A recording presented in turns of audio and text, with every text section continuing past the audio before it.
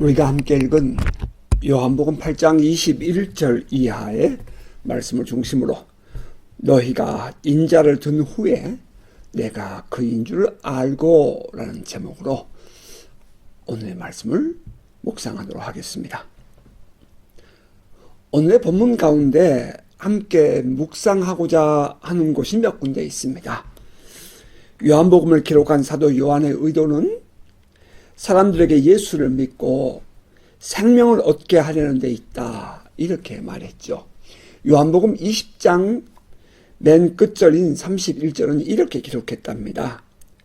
오직 이것을 기록함은 너희로 예수께서 하나님의 아들 그리스도이심을 믿게 하려 하며 또 너희로 믿고 그 이름을 힘입어 생명을 얻게 하려 함이라. 따라서 예수께서 보이신 표적이나 그에 따른 말씀을 우리가 함께 읽을 때에 우리는 본문에서 우리에게 전하고자 하는 그 의도를 바르게 알고 읽어야 한다는 것입니다. 오늘의 본문 마지막 절에도 이렇게 기록했지요. 이 말씀을 하심에 많은 사람들이 믿더라. 예수께서 유대인들과 논쟁을 하십니다.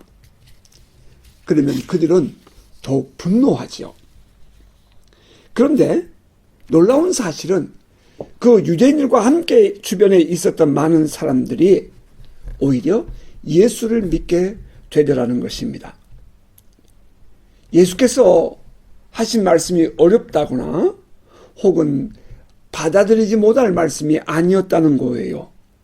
하지만 유대인들은 그 예수의 말씀을 믿지를 못합니다. 이유가 무엇이었을까요? 유대인들은 아예 예수를 믿지 않기로 작정한 사람들이었기 때문입니다.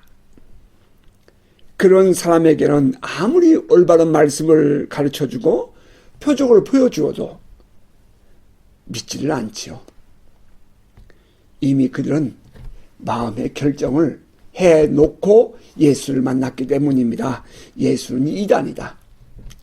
예수는 하나님을 욕되게 하는 사람이다. 하나님을 참남되게 여긴 사람이다. 이렇게 그들은 표현한 것입니다. 다시 말하면 신성모독을 했다. 그렇게 그들은 아예 못을 박아버린 것입니다. 하지만 그들과의 논쟁을 통해서 예수는 더욱 자기 자신을 사람들에게 가르쳐주고요. 그리고 또 보여주는 기회를 삼았습니다. 이것이 복음 안에 감추어진 비밀입니다. 예수께서 진리를 선포하면 할수록 유대인들은 거부하지만 그로 말미암아 사람들은 더 예수를 믿었습니다. 이 말씀을 하심에 사람들이 믿더라. 자, 그리고 이제 오늘의 본문에서 예수는 매우 중요한 진리를 우리에게 가르쳐 주었습니다. 28절을 함께 보십시다. 이에 예수께서 이르시되 너희가 인자를 든 후에 내가 그 인줄을 알고 또 내가 스스로 아무것도 하지 아니하고 오직 아버지께서 가르치신 대로 이런 것을 말하는 줄도 알리라. 여기 인자를 든 후에 라는 내용이 있습니다. 든다, lift up 했다 이 말입니다. 이 말은 두 가지의 의미를 가지고 있는데요. 하나는 땅에서 십자가에 높이 든다, 이런 의미가 있고요. 또 하나는 이 세상에서 하늘의 영광의 다리로 높임을 받는다, 그런 뜻이 있습니다. 이 세상에서 십자가에 달리는 것은 고난을 의미합니다. 죄인들이 당해야 하는 하나님의 저주입니다. 이것은 결코 복된 죽음이 될 수 없습니다. 예수께서 십자가에 모진 고통을 당하신 것은 죄인들에게 주어지는 벌이었잖아요. 그것은 어느 누구에게도 쉽지 않은 형벌이었던 것입니다. 그런 하나님의 저주를 예수께서 한 몸에 받으셨습니다. 나 자신 한 사람만을 위한 것이 아니라 모든 인류의 죄를 짊어지신 것입니다. 이 얼마나 크고 고통스러운 일이었겠습니까? 하나님의 아들 그리스도가 하나님의 저주를 한 몸에 짊어지고 나무로 만든 십자가에 높이 달리셨습니다. 자, 그런데 또 다른 방향에서 생각해 보면 하나님의 사랑을 가장 잘 드러낸 사건이 바로 예수의 십자가 사건이었다는 것입니다. 하나님은 사랑이시라 이렇게 말했죠. 하나님의 본질은 사랑입니다. 하나님의 본질, 하나님의 사랑을 가장 잘 드러낸 것이 바로 이 십자가 사건입니다. 하나님은 하나님의 아들을 보좌에서 이 세상으로 보내시고 그로 하여금 세상의 죄인들의 죄의 값을 한 몸에 치게 하셨습니다. 죄를 지은 자는 당연히 죽어야 합니다. 이것은 예외가 없습니다. 헌데 하나님은 아들로 하여금 나무에 달려 죽게 하심으로 하나님의 저주를 받게 하셨습니다. 하나님의 아들이 왜 하나님의 저주를 받아야 합니까? 그것은 하나님이 죄인된 우리들을 사랑하셨기 때문입니다. 성경은 이렇게 말하죠. 하나님이 세상을 이처럼 사랑하사 독생자를 주셨으니 이는 그를 믿는 자마다 멸망치 않고 영생을 얻게 하려 하십니다. 요한일서엔 또 이런 말씀도 있답니다. 하나님의 사랑이 우리에게 이렇게 나타난 바 되었으니 하나님이 자기의 독생자를 세상에 보내심은 그로 말미암아 우리를 살리려 하심이라. 사랑은 여기 있으니 우리가 하나님을 사랑한 것이 아니요 하나님이 우리를 사랑하사 우리 죄를 속하기 위하여 화목제물로 그 아들을 보내셨습니다. 라고 했습니다. 하나님의 사랑이 하나님의 아들을 십자가에 죽게 하셨습니다. 그 아들은 십자가를 짐으로 하나님의 사랑을 이 세상에 드러냈고 그리고 영광의 자리에 오르게 되었습니다. 자, 그러한 의미에서 본문은 하나님의 아들 곧 인자가 영광의 자리에 들린 후에 너희는 내가 그인 줄 알리라 라고 말씀하셨다는 것을 우리는 이해할 수 있습니다. 예수께서 십자가에 달리셨습니다. 이것은 세상에서의 일이죠. 하지만 이것은 하나님의 사랑을 세상에 온전히 드러낸 일이 되었습니다. 이것을 하늘의 관점에서 보면 영광의 자리에 오르신 것입니다. 세상에선 십자가에 죽으셨습니다. 고난 중에 죽으셨습니다. 세상의 모든 사람들의 죄를 한 몸에 짊어지고 고통을 당하셨습니다. 하지만 하나님의 관점에서 본다면 하나님의 본질인 사랑을 가장 잘 드러내고 영광의 자리에 임하신 것입니다. 여기서 우리는 중요한 신앙적 교훈과 지식을 얻게 됩니다. 예수 그리스도의 십자가의 고난은 하나님의 사랑을 가장 잘 보여준 하나님의 영광이라는 것입니다. 그래서 사도 요한은 우리에게 형제를 사랑하는 것이 하나님의 사랑을 그들에게 보여주는 것이다 이렇게 말한 바가 있죠. 신앙인에게 있어서의 고난은 무가치한 것이 아닙니다. 하나님의 영광을 몸소 체험하는 것입니다. 하나님의 영광이란 그 말의 의미는 하나님의 본질을 가장 잘 보여줌, 그것을 의미하는데요. 그 본질이 사랑입니다. 우리가 하나님의 사랑을 삶의 현장에서 실천할 때에 우리는 하나님의 영광을 맛보는 것이랍니다. 자, 유대인들은 이 말의 뜻을 알 수 없었습니다. 인자가 들린다라는 말을 그들은 전혀 깨닫지 못했습니다. 이것이 바로 유대인들의 아픔인 것입니다. 그들의 한계였어요. 하나님의 아들 인자가 십자가에 높이 들림으로 그는 하나님의 영광의 자리에 들리게 됩니다. 십자가에 달린 예수, 이는 하나님의 본질, 곧 사랑을 드러내 보이셨습니다. 십자가에 달린 예수를 볼 때에 우리는 하나님의 사랑을 볼 수 있어야 합니다. 왜냐하면 십자가의 그 예수가 하나님의 사랑을 우리에게 보여주고 있기 때문입니다. 우리는 십자가의 예수를 볼 때에 하나님 그분을 볼 수 있어야 합니다. 예수께서 십자가에 죽으심으로 우리에게 보이고 싶은 바로 그것은 다른 게 아니라 바로 하나님 그분이었던 것입니다.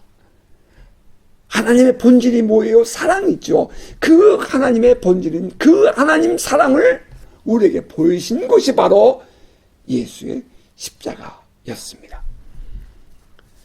유대인들이 예수에게 우리에게 아버지를 보여달라 이렇게 말했지요.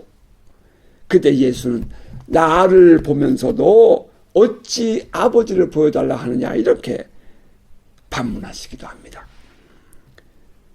여기서 우리가 깨닫게 되는 것은 예수는 하나님 아버지를 보여주시는 분, 곧 계시자, 리빌러라는 것입니다. 계시의 원칙에 의하면 계시자는 계시되는 분과 같다 이렇게 이야기를 합니다. 따라서 예수를 본 사람은 하나님을 본 사람이 되는 것입니다. 예수의 십자가가 하나님의 사랑을 계시합니다. 하나님의 사랑은 하나님의 본질이에요. 이 말은 곧 예수의 십자가는 하나님의 본질을 보여주며 곧 하나님 그분을 보여주는 것이다 이 말입니다. 따라서 예수의 십자가를 본 사람은 하나님을 본 자인 것입니다. 왜 우리가 예수 그리스도를 개인적으로 경험해야 되는 줄 아십니까? 왜 우리가 예수 그리스도의 십자가를 경험해야 하며 왜 우리가 예수 그리스도의 십자가를 통과해야 합니까? 그것은 예수 그리스도의 십자가를 통해 우리가 하나님을 만나게 되고 그 하나님의 본질인 사랑을 만날 수 있기 때문입니다. 하나님의 사랑을 맛보아하는 복된 성도 되시기를 주의 이름으로 축복합니다.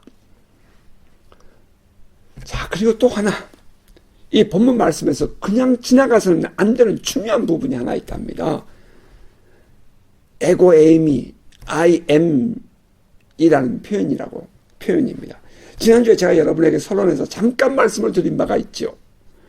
그 에고 에이미, I am 이라는 그 표현은 두 가지로 쓰입니다. 하나는 독립적인 표현이고요. 또 다른 하나는 그 보호와 함께 쓰이면서 나는 무엇이다 라는 표현입니다. 나는 무엇이다 라는 이 표현이 요한복음에 7번 등장하는데요. 나는 생명의 떡이다. 나는 세상의 빛이다. 나는 양의 문이다. 나는 선한 목자다. 나는 부활이요 생명이다. 나는 참 포도나무다. 내가 곧 길이고 진리고 생명이다 하는 표현입니다. 자, 이것은 모두 예수께서 하나님의 계시자이며 그 계시를 통해서 우리로 하여금 그 하나님의 참 지식을 얻게 하고 또 그래서 구원 곧 생명을 얻게 하는 분임을 보여주는 말인 것입니다. 자, 그런데 또 하나의 표현, 나는 이다 라는 이 독립적인 표현, 잠시 그 부분을 생각해 보기를 원합니다. I am, 그리고 그 다음이 없습니다. 그냥 I am입니다. 단순한 표현이에요. 근데 여기에 엄청난 의미가 들어있다는 것입니다. 자, 모세가 광야에서 한참 양을 칠 때에 저 하나님의 산 호렙에 갑자기 떨기나무에 불이 붙어 있었지요. 그래서 그가 그 산에 올라가서 떨기나무 앞에 이르게 됩니다. 자, 그러자 갑자기 그 안에서 하나님의 음성이 들려옵니다. 내가 선 곳은 거룩한 땅이니 내 발에 신을 벗어라. 그리고 하나님이 이제 모세에게 이런 말씀을 하십니다. 출애굽기 3장 6절 이하의 말씀이에요. 나는 너의 조상의 하나님이니 아브라함의 하나님, 이삭의 하나님, 야곱의 하나님이니라. 내가 애굽에 있는 내 백성의 고통을 분명히 듣고 보고 그들의 감독자로 말미암아 부르짖음을 듣고 그 근심을 알고 내가 내려가서 그들을 애굽인의 손에서 건져내고 그들을 그 땅에서 인도하여 아름답고 광대한 땅, 젖과 꿀이 흐르는 땅, 곧 가나안 족속, 헷 족속, 아모리 족속, 브리스 족속, 히위 족속, 여부스 족속의 지방에 가려 하노라. 이제 가라. 이스라엘 자손의 부르짖음이 내게 달하고 애굽 사람이 그들을 괴롭히는 학대도 내가 보았으니 이제 내가 너를 바로에게 보내요. 너에게 내 백성 이스라엘 자손을 애굽에서 인도하여 내게 하리라. 자, 이때 하나님께 모세가 묻습니다. 제가 만일 이스라엘 자손에게 가서 이르기를 너희의 조상의 하나님이 나를 너희에게 보내셨다 하면 그들이 내게 묻기를 그의 이름이 무엇이냐 하리니 제가 무엇이라고 그들에게 말할 수 있겠습니까? 그때 하나님이 말씀하십니다. 나는 스스로 있는 자니라. 너는 이스라엘 자손에게 이같이 이르기를 스스로 있는 자가 나를 보내셨다 하라. 너는 이스라엘 자손에게 이같이 이르기를 너희 조상의 하나님 여호와 곧 아브라함의 하나님, 이삭의 하나님, 야곱의 하나님께서 나를 너에게 보내셨다 하라. 이는 나의 영원한 이름이요 대대로 기억할 나의 칭원이라. 자, 여기에 이제 비로소 하나님께서 당신의 이름을 공개하십니다. 여호와. 너는 이스라엘 자손에게 이같이 이르기를 너희 조상의 하나님 여호와 곧 아브라함의 하나님, 이삭의 하나님, 야곱의 하나님께서 라고 이렇게 말했죠. 그때 그 여호와라는 그 말이 단어의 뜻은 스스로 있는 자, I am who I am 이라는 것입니다.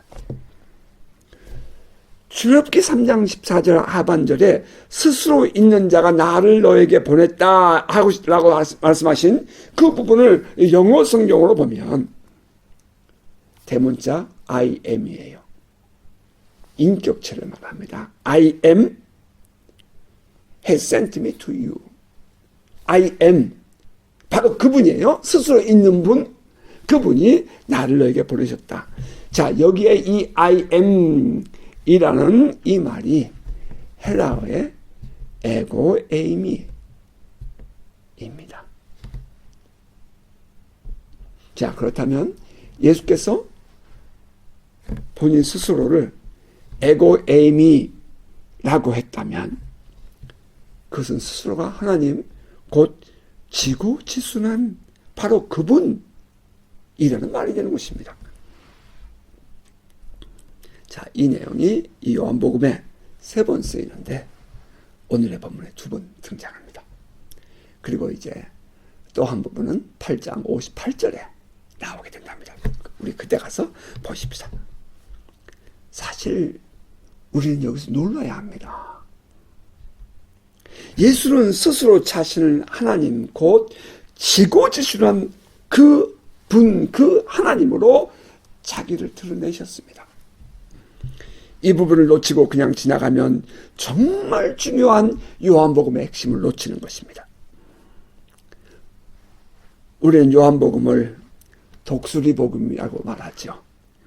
독수리가 해를 똑바로 바라보고 쫙 하늘 향하여 올라가는 것처럼 이 요한복음은 예수를 보고 있으면 하나님이 보인다는 것입니다.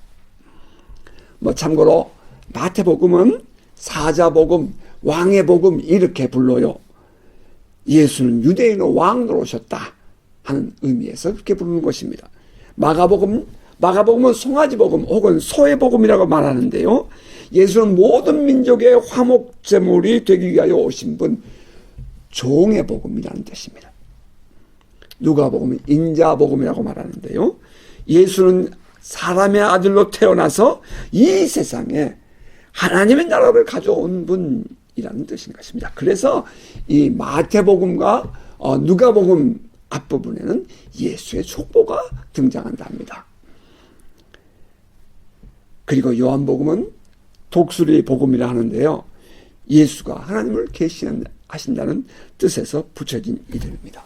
자, 그런데 이 네 가지의 형상이 구약에도 나오는 데가 있어요. 에스겔서입니다. 에스겔서 1장 10절에 보면 이 에스겔이 하나님 보좌의 환상을 보게 되는데 그곳에 네 형상이 있다 했습니다. 자, 제가 읽어드릴게요.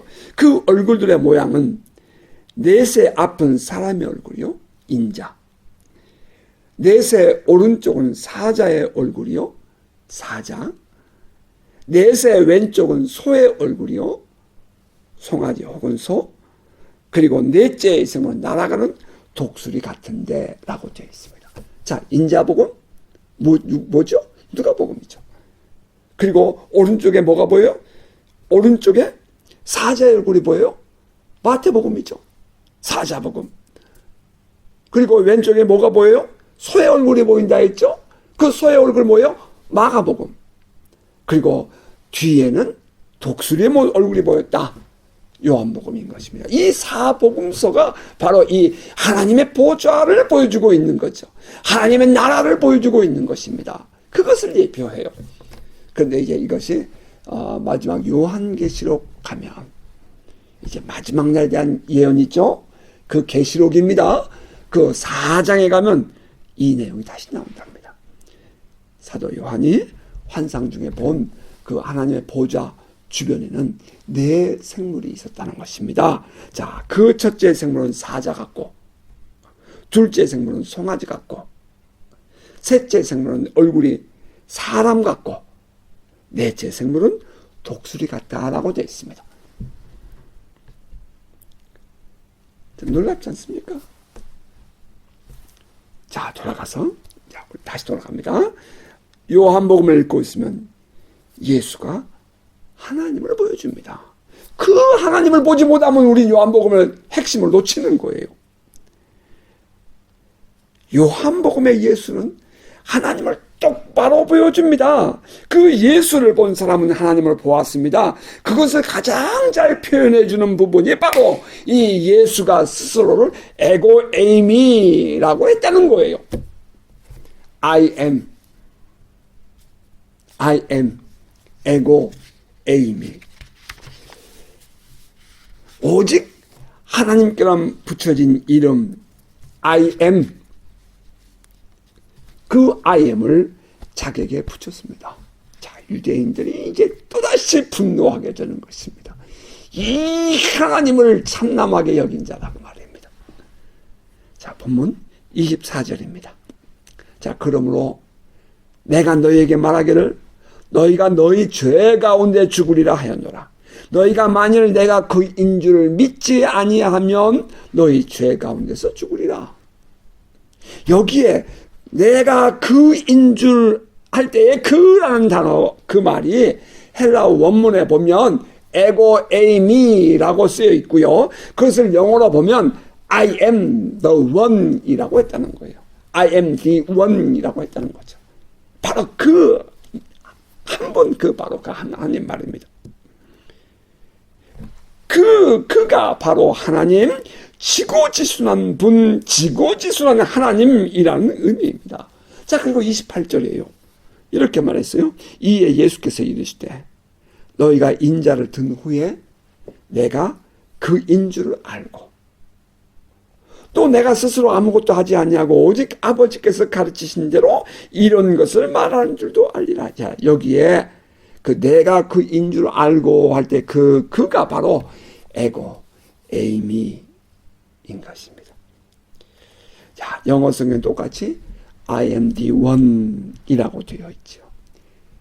I am who I am. 여호와 곧 하나님의 이름입니다. 예수께서 스스로를 하나님, 그 지고지순한 분이라고 표현했습니다. 놀라운 일입니다. 예수께서 하신 말씀, 너희가 인자를 든 후에 내가 그인 줄 알고 라고 하신 말씀의 뜻이 이제야 더욱 분명해졌습니다. 우리가 앞에서 함께 살펴보았던 인자를 든 후에 라는 말은 예수께서 십자가에 높이 들림으로 말미암아 하나님의 본질인 사랑을 보여주시고 바로 그것을 통해서 하나님의 본질을 가장 잘 드러낸 영광의 자리에 임했다라고 여러분에게 설명을 드렸는데요. 바로 그 십자가에 높이 들리신 그 예수의 고난이 하나님의 영광이요 곧 하나님을 보여주는 것이다 라고 예수께서 말씀했다는 것입니다. 예수 그리스도의 십자가는 하나님의 사랑을 보여주는 것이고요. 곧 하나님 자신을 보여주십니다. 그 들린 십자가를 본 이는 하나님 자신을 본 것이고 그 십자가 위에 있는 예수가 그 하나님을 계시하는 계시자라는 말입니다. 자, 그것은 한마디로 표현하면 예수가 하나님이다 하는 것입니다. 십자가를 보지 않고서는 하나님을 볼 수 없어요. 십자가에 죽으신 예수를 보면서도 하나님을 볼 수 없다면 이것은 불행입니다. 예수의 십자가를 보면서도 인격적으로 하나님의 사랑을 깨닫지 못한다면 그것은 그의 종교적인 신앙생활 때문일 것입니다. 참으로 깨어있는 산 신앙이 아니라는 것입니다. 참된 깨어있는 신앙인이라면 십자가에 달린 예수를 보면서 하나님의 사랑을 깨달을 수 있어야 합니다. 아들을 십자가 고통에 내어주면서까지 우리를 사랑하신 하나님, 그 하나님의 사랑이 우리를 살게 합니다. 우리가 뭐가 잘나서 우리를 이토록 사랑하신다는 말입니까? 우리가 뭐가 잘나서 하나님 자신이신 예수께서 십자가에 죽으면서까지 우리를 구원해 주신다는 말입니까? 그 주님이 우리를 부르십니다. 내가 너를 사랑한다. 내게 나아오라. 수고하고 무거운 짐진 자들아 다 내게로 오라. 내가 너희를 쉬게 하리라. 영접하는 자 곧 그 이름을 믿는 자들에게는 하나님의 자녀가 되는 권세를 주셨으니 하나님이 세상을 이처럼 사랑하사 독생자를 주셨으니 이는 그를 믿는 자마다 멸망치 않고 영생을 얻게 하려 하심이라. 그리고 예수는 스스로 말씀하십니다. 나는 생명의 떡이니 내게 오는 자는 결코 줄이지 아니할 터이요 나를 믿는 자는 영원히 목마르지 아니하리라. 누구든지 목마르거든 내게로 와서 마시라. 나를 믿는 자는 성경의 이름과 같이 그 배에서 생수의 강이 흘러나오리라. 자, 말씀을 맺겠습니다. 예수 그리스도만이 오늘날 이 시대의 유일한 소망입니다. 예수 그리스도의 십자가만이 우리에게 하나님 아버지의 사랑의 본질을 가장 잘 보여주시며 우리의 유일한 구원의 길입니다. 여러분을 예수 그리스도께로 초청합니다. 지금 여러분의 삶이 어떠하든지 여러분의 형편이 어떠하든지 그것은 중요하지 않습니다. 당장에 겉으로 보이는 것은 솔직히 아무런 의미가 없답니다. 뿌리가 잘려진 꽃은 곧 시들게 마련입니다. 생명의 근원에서 잘린 인생은 잠시 화려하고 좋아 보일지는 모르지만 그것은 못지않아 마르고 시들 것입니다. 결국에는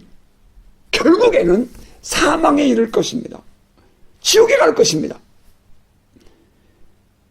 우리의 지금 살아있는 이 시간에, 이 순간, 여러분 예수 그리스도에게 뿌리를 내리는 삶이 되시기를 바랍니다. 여러분의 삶의 뿌리가 생명의 근원 되신 예수 그리스도에게 내려지는 한, 여러분의 내일은 밝고 희망찬 삶이 될 것입니다. 예수 그리스도를 영접하십시오. 그리고 그분을 나의 왕으로, 나의 주인으로 고백하십시오. 여러분의 내일이 더욱더 이 불확실한 시대에 확실한 삶이 될 것입니다. 예수 그리스도를 영접하고 복된 삶 살아가는 여러분 되시기 바랍니다. 마지막 절에 이 말씀을 하심에 많은 사람이 믿더라 라고 했습니다. 바라기는 이 말씀의 주인공이 바로 여러분 되시기를 주의 이름으로 축복합니다. 아멘.